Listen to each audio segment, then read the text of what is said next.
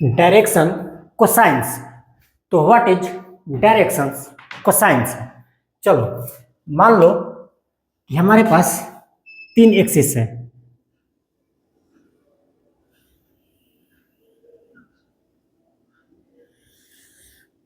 ये है X axis, ये कौन सा एक्सिस है? एक्स एक्सिस, ये वाई एक्सिस और ये जेड एक्सिस। हमारे पास 3 एक्सिस है, X axis, Y axis and Z axis. Okay, और ये है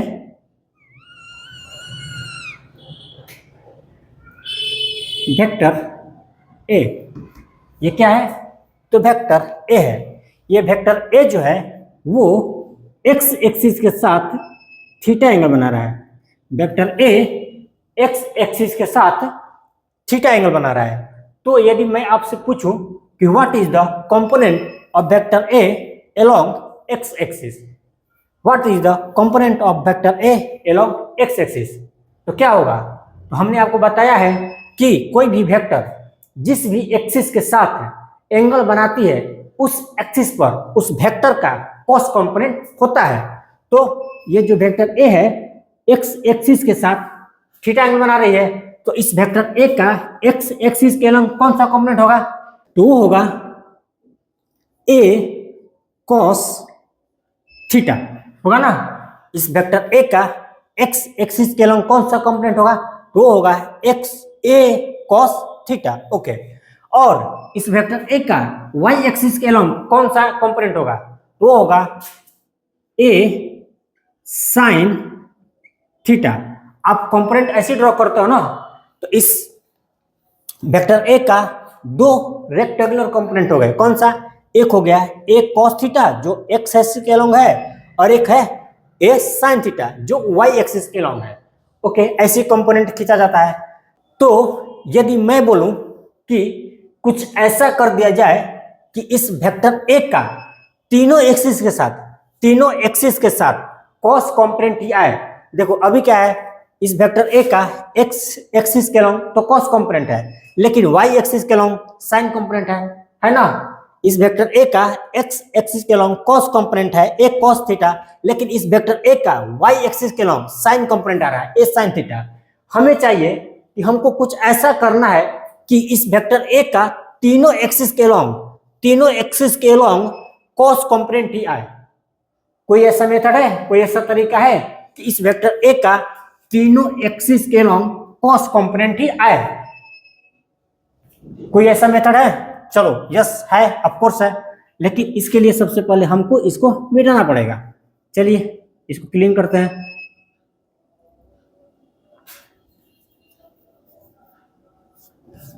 समझते रहना ध्यान से कि डायरेक्शन कोसाइन क्या होता है, पूरे क्लियर हो जाएगा अच्छे से।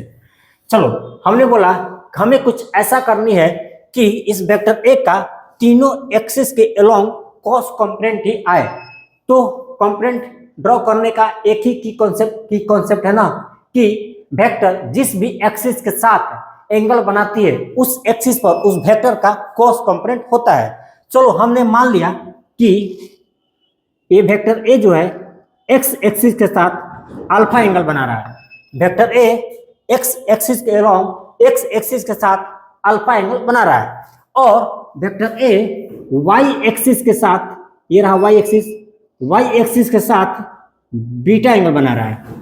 ओके, और वेक्टर ए ये जो जेड एक्सिस के साथ, वेक्टर ए जेड एक्सिस के साथ गामा एंगल बना रहा है।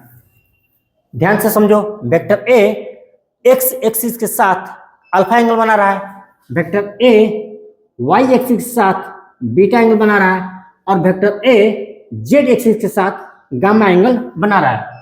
ओके, अब आप कंपोनेंट ड्रॉ करो। इस वेक्टर ए का एक्स एक्सिस के साथ क्या होगा कंपोनेंट? कौन सा कंपोनेंट होगा बताओ? कंपोनेंट ड्रॉ करने का एक ही कॉन्सेप्ट है कि वेक्टर जिस भी एक्सिस के साथ एंगल बनाती है उस एक्सिस के अलोंग उस वेक्टर का कॉस कंपोनेंट होता है। क्योंकि वेक्टर ए एक्स एक्सिस के साथ अल्फा एंगल बना रही है, इसलिए इस वेक्टर ए का एक्स एक्सिस के अलोंग जो कंपोनेंट होगा वो होगा ए कॉस अल्फा, होगा ना। कंपोनेंट ड्रॉ करने का एक ही तो की कॉन्सेप्ट है कि वेक्टर जिस भी एक्सिस के साथ एंगल बना रही है उस एक्सिस के अलोंग उस वेक्टर का कॉस कंपोनेंट होगा, क्योंकि वेक्टर ए एक्स एक्सिस के साथ अल्फा एंगल बना रही है, इसलिए वेक्टर ए का एक्स एक्सिस के अलोंग जो कंपोनेंट होगा वो होगा ए कॉस अल्फा। अब वेक्टर ए वाई एक्सिस के साथ बीटा एंगल बना रही है, इसलिए वेक्टर ए का वाई एक्सिस के अलोंग जो कंपोनेंट होगा ना वो क्या होगा बताओ, वो होगा ए कॉस बीटा होगा ना।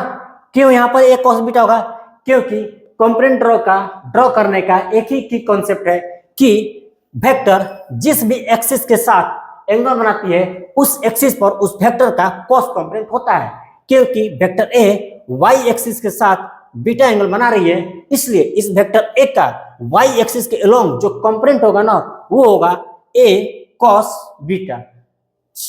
ठीक है यहां तक। सिमिलरली क्योंकि वेक्टर ए जेड एक्सिस के साथ गामा एंगल बना रही है, क्योंकि वेक्टर ए जेड एक्सिस के साथ गामा एंगल बना रही है, इसलिए वेक्टर ए का जेड एक्सिस के अलोंग जो कंपोनेंट होगा ना वो होगा ए कॉस गामा। इस वेक्टर ए का जेड एक्सिस के साथ जो कंपोनेंट होगा वो होगा ए कॉस गामा होगा ना, ए कॉस गामा, क्योंकि वेक्टर ए जेड एक्सिस के साथ वाई गामा एंगल बना रही है, वेक्टर ए जेड एक्सिस के साथ गामा एंगल बना रही है, इसलिए वेक्टर ए का जेड एक्सिस के अलोंग जो कंपोनेंट होगा वो होगा ए कॉस गामा। इतनी बातें क्लियर हो गई, तो चलो इस बात को यहां पर हम लिखते हैं।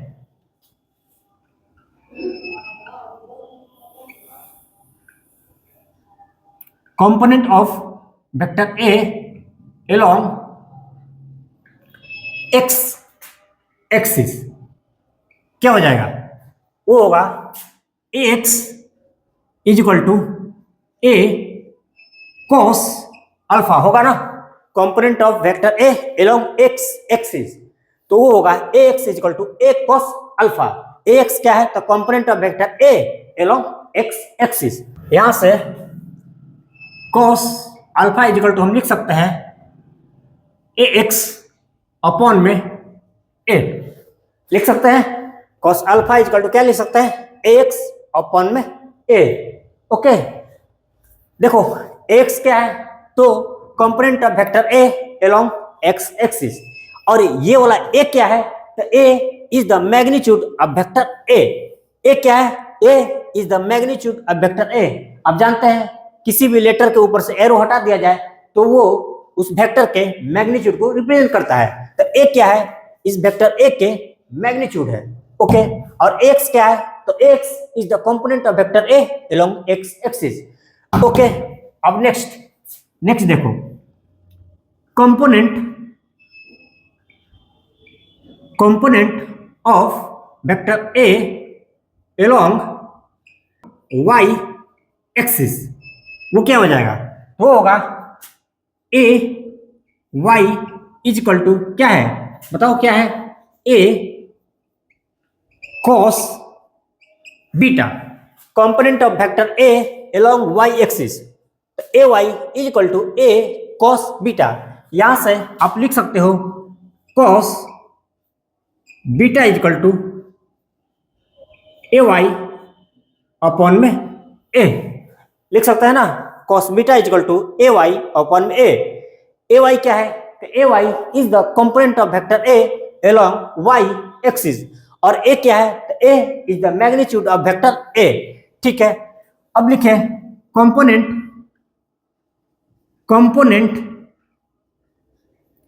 ऑफ वेक्टर ए along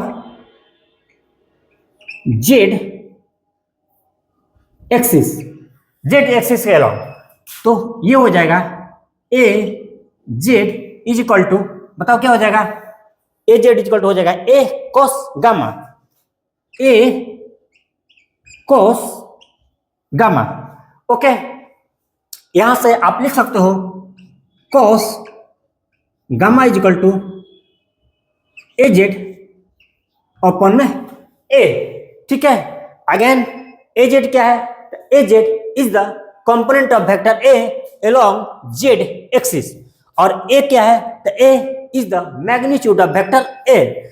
अब इसको मान लीजिए इक्वेशन फर्स्ट, और इसको हम मान लेते हैं इक्वेशन सेकेंड, और इसको हम मान लेते हैं इक्वेशन थर्ड। तो इसका एक बार स्क्रीनशॉट लो। फर्स्ट इक्वेशन क्या था हमारी, वो था cos alpha is equal to X upon में ए। सेकेंड इक्वेशन क्या था, वो था cos beta is equal to A Y upon में ए। और थर्ड इक्वेशन क्या था, वो था cos gamma is equal to A Z upon में ए। इतना ही था हमारे पास ना। और देखो इसको ही हम बोलते हैं, इसको क्या बोलते हैं, इसको ही हम बोलते हैं डायरेक्शन कोसाइंस। ये क्या है, तो डायरेक्शन कोसाइंस है। cos अल्फा क्या है, तो direction cosines of vector A along X axis. cos beta क्या है, तो direction cosines of vector A with Y axis. And cos gamma क्या है, तो direction cosines of vector A with Z axis. ठीक है, cos अल्फा क्या है, तो direction cosines of vector A with X axis. cos beta क्या है, तो direction cosines of vector A with Y axis. And cos gamma क्या है, तो direction cosines of vector A with Z axis. तो ये क्या है, डायरेक्शन कोसाइंस है। ये क्या है, डायरेक्शन कोसाइंस, इसी को हम बोलते हैं डायरेक्शन कोसाइंस। ठीक है, चलो अब हम क्या करेंगे ना, इनके बीच रिलेशन को फाइंड करेंगे कि भाई cos alpha cos beta and cos gamma के बीच क्या रिलेशन होती है। तो हमने माना था कि ये था इक्वेशन फर्स्ट, और ये था इक्वेशन सेकेंड, और ये था इक्वेशन थर्ड। हम तीनों इक्वेशन को स्क्वायर करके ऐड कर देंगे। हमने इसको क्या माना था, इक्वेशन फर्स्ट, इसको माना था इक्वेशन सेकेंड, इसको माना था इक्वेशन थर्ड। हम तीनों इक्वेशन को स्क्वायर करके ऐड करने जा रहे हैं। तो add the equations by squaring them, इन तीनों को स्क्वायर करके ऐड करने जा रहे हैं। तो देखो तीनों इक्वेशन के एलएचएस को एक साथ जोड़ेंगे और तीनों इक्वेशन के आरएचएस को एक साथ जोड़ेंगे। ठीक है, पहले एलएचएस को जोड़ लेते हैं। तो फर्स्ट इक्वेशन का एलएचएस क्या है, एलएचएस मतलब लेफ्ट हैंड साइड, आरएचएस मतलब राइट हैंड साइड। तो फर्स्ट इक्वेशन का एलएचएस क्या है, तो cos अल्फा है। इनको पहले स्क्वायर करेंगे तो क्या हो जाएगा, cos स्क्वायर अल्फा हो जाएगा ना। इसमें ऐड करना है इक्वेशन 2 के एलएचएस को। इक्वेशन 2 का एलएचएस क्या है, तो cos बीटा है। इनका स्क्वायर करेंगे पहले और इसमें ऐड कर देंगे। तो इनका स्क्वायर करेंगे तो क्या हो जाएगा, वो हो जाएगा cos स्क्वायर बीटा। उसी तरह से इक्वेशन थर्ड के एलएचएस को इस स्क्वायर करके इसमें ऐड कर देंगे। तो इक्वेशन थर्ड का एलएचएस क्या है, तो cos गामा है। इनका पहले स्क्वायर करेंगे तब तो इसमें ऐड कर देंगे। तो cos हो जाएगा ये cos स्क्वायर गामा। ठीक है, हमने तीनों इक्वेशन के एलएचएस को स्क्वायर करके आपस में ऐड कर दिया। cos square alpha plus cos square beta plus cos square gamma. उसके बाद बराबर इस तीनों इक्वेशन के आरएचएस को ही इस तीनों इक्वेशन के आरएचएस को भी आपस में स्क्वायर करके ऐड कर देंगे।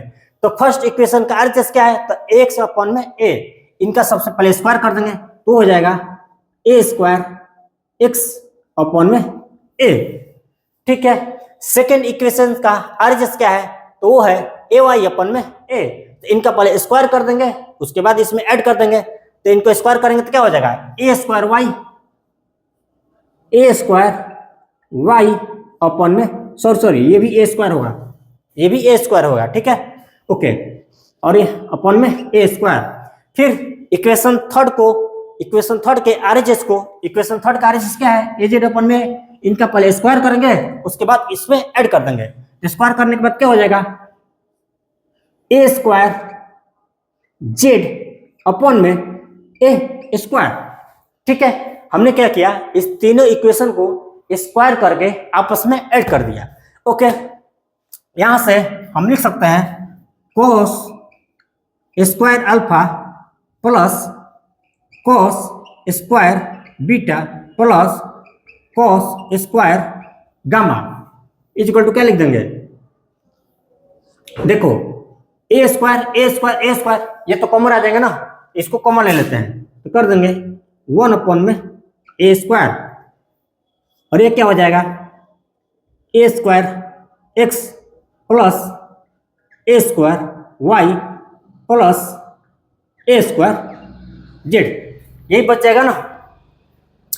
हमने क्या किया, ए स्क्वायर को कॉमन ले लिया तो ये हो जाएगा cos square alpha plus cos square beta plus cos square gamma equal to 1/a square को कॉमन ले लिया और ब्रैकेट में A square X plus A square Y plus A square Z. इसको हम मान लेते हैं इक्वेशन 4, ठीक है। इक्वेशन फर्स्ट ये था, सेकंड ये, थर्ड ये है इक्वेशन 4 हमने मान लिया। चलो अब एक सेकंड समझो कि वेक्टर ए बराबर हम लिख सकते हैं x I cap plus A Y J cap plus A Z K cap लिख सकते हैं ना। वेक्टर ए बराबर लिख सकते हैं x I cap plus A Y J cap plus A Z K cap. इस तीनों को आपस में ऐड करेंगे तो आपको वेक्टर ए मिल जाएगी। ओके, देखो इस वेक्टर ए को हमने लिखा है X I cap A Y J cap and A Z K cap, ठीक है। और आप इस तीनों को जोड़ेंगे ना, इस तीनों को जोड़ेंगे x I cap plus A Y J cap plus A Z K cap, तो आपको क्या मिलने वाली है, क्या मिलने वाली है, तो वेक्टर ए मिलने वाली है, ठीक है। तो यदि बात करें हम इस वेक्टर ए के मैग्नीट्यूड की, यदि बात करें इस वेक्टर ए के मैग्नीट्यूड की तो क्या हो जाएगा under root A square X plus A square Y plus A square Z. इस रूट को आप इधर ले जाओगे ना, आप इस रूट को इधर ले आओगे तो क्या हो जाएगा, ये हो जाएगा A square equal to A square X plus A square Y plus A square Z. आप इस अंडर रूट को इधर ले आएंगे ना तो क्या हो जाएगा, ये वाला स्क्वायर हो जाएगा और ये हो जाएगा A square equal to A square X plus A square Y plus A square Z. अब देखो ध्यान दो, ये क्या है, अच्छा इसका पहले आप स्क्रीनशॉट लो।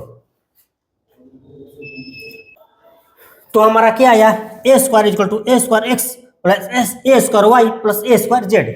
देखो यहाँ पर क्या है इक्वेशन 4 में A square X plus A square Y plus A square Z. देखो सेम चीज है क्या, ये वाला चीज और ये वाला दोनों सेम है ना। ये भी है ए square X plus A square Y plus A square Z, तो ये भी है ए square X plus A square Y plus A square Z. मतलब आप इस तीनों के जगह पर ए square X plus A square Y plus A square Z के जगह पर आप क्या लिख सकते हैं, तो ए स्क्वायर लिख सकते हैं ना। तो चलो लिखते हैं, तो cos square alpha plus cos square beta plus cos square gamma equal to क्या लिख सकते हैं 1/a स्क्वायर, ये तो पहले से है 1/a स्क्वायर, और इन तीनों के जगह पर ए square X plus A square Y plus A square Z के जगह पर क्या लिख सकता है, ए स्क्वायर लिख सकता है। देखो ये भी है ए square x A square Y plus A square Z, ये भी है ए square X plus A square Y plus A square Z. मतलब आप इस तीनों के जगह पर क्या लिख सकते हैं, तो ए स्क्वायर लिख सकते हैं। क्या लिख देंगे हम, ए स्क्वायर, चलो ब्रैकेट में हटा देते हैं, इनटू ए स्क्वायर लिख सकते हैं ना। इस तीनों के जगह पर क्या लिख सकते हैं, तो ए स्क्वायर लिख सकते हैं। ओके चलो ए स्क्वायर से ए स्क्वायर गया, यहाँ से आपको क्या मिल जाएगी, cos square alpha plus cos square beta plus cos square gamma is equal to 1। यहां से हमको मिल गई A cos square alpha plus cos square beta plus cos square gamma is equal to 1। यहाँ पर ए स्क्वायर कट जाएगा ना आपस में, तो यहाँ पर क्या हो जाएगा cos square alpha plus cos square beta plus cos square gamma is equal to 1। और यही है रिलेशन बिटवीन डायरेक्शन कोसाइंस। ये क्या है, तो रिलेशन बिटवीन डायरेक्शन कोसाइन, और इस वैल्यू को आप याद रखेंगे, इस वैल्यू को क्या करेंगे आप याद रखेंगे, cos square alpha plus cos square beta plus cos square gamma is equal to होता है 1। तो ये क्या है, रिलेशन बिटवीन डायरेक्शन कोसाइन। तो ये क्या मिल गई हमको, रिलेशन बिटवीन डायरेक्शन कोसाइन। अच्छा, इसी इक्वेशन को हम यदि साइन के फॉर्म में लिखे तो कैसे लिख सकते हैं? इसी इक्वेशन को साइन के फॉर्म में कैसे लिख सकते हैं? देखो, साइन स्क्वायर अल्फा क्या होता है, यहां पर लिखते हैं sine square theta plus cos square theta बराबर क्या होता है? 1 होता है ना। Sign square theta plus cos square theta बराबर कितना होता है? 1। यहां से हम लिख सकते हैं cos square theta equal to 1 minus sine square theta. यहां से हम लिख सकते हैं ना cos square theta equal to 1 minus sine square theta. चलो, यही वाला ना फॉर्मूला यहां पर अप्लाई करो। हम क्या करने जा रहे हैं, इस पूरे रिलेशन को cos square alpha plus cos square beta plus cos square gamma equal to 1 को हम साइन के फॉर्म में लिखने जा रहे हैं। ओके, कभी कभी एग्जामिनेशन में ऑप्शन में इसी चीज को साइन के फॉर्म में भी दे देता है, इसलिए हम इस पूरे इक्वेशन को हम साइन के फॉर्म में लिखने जा रहे हैं। तो ये वाला फॉर्मूला आपको यहाँ पर अप्लाई करना है। ये वाला क्या है? cos square theta equal to 1 minus sine square theta. ये कहां से आया? क्योंकि हम जानते हैं sine square theta plus cos square theta बराबर होता है 1। यहां से हम लिख सकते हैं cos square theta equal to 1 minus sine square theta. Okay, इस फॉर्मूला को आप यहां पर अप्लाई करो। ये क्या है? cos स्क्वायर थीटा बराबर 1 माइनस साइन स्क्वायर थीटा। तो यहां पर हम लिख सकते हैं cos स्क्वायर अल्फा की जगह पर क्या लिख सकते हैं? 1 माइनस साइन स्क्वायर अल्फा लिख सकते हैं ना, अकॉर्डिंग टू दिस फॉर्मूला। तो हम लिख सकते हैं cos स्क्वायर अल्फा की जगह पर क्या लिख सकते हैं? 1 माइनस साइन स्क्वायर अल्फा। ठीक है, ब्रैकेट ले लेते हैं, प्लस cos स्क्वायर बीटा की जगह पर क्या लिखेंगे? चलो ब्रैकेट हटा दो, ब्रैकेट कोई काम नहीं है। cos स्क्वायर बीटा की जगह पर क्या लिख सकते हैं? Again 1 minus sine square beta लिख सकते हैं ना, प्लस cos स्क्वायर गामा की जगह पर क्या लिख सकते हैं इसके अकॉर्डिंग? तो 1 minus sine square gamma is equal to 1 लिख देंगे ना। चलो, अब हम क्या करेंगे? Sine square alpha, sine square beta and sine square gamma को उस तरफ लेके चले जाएंगे।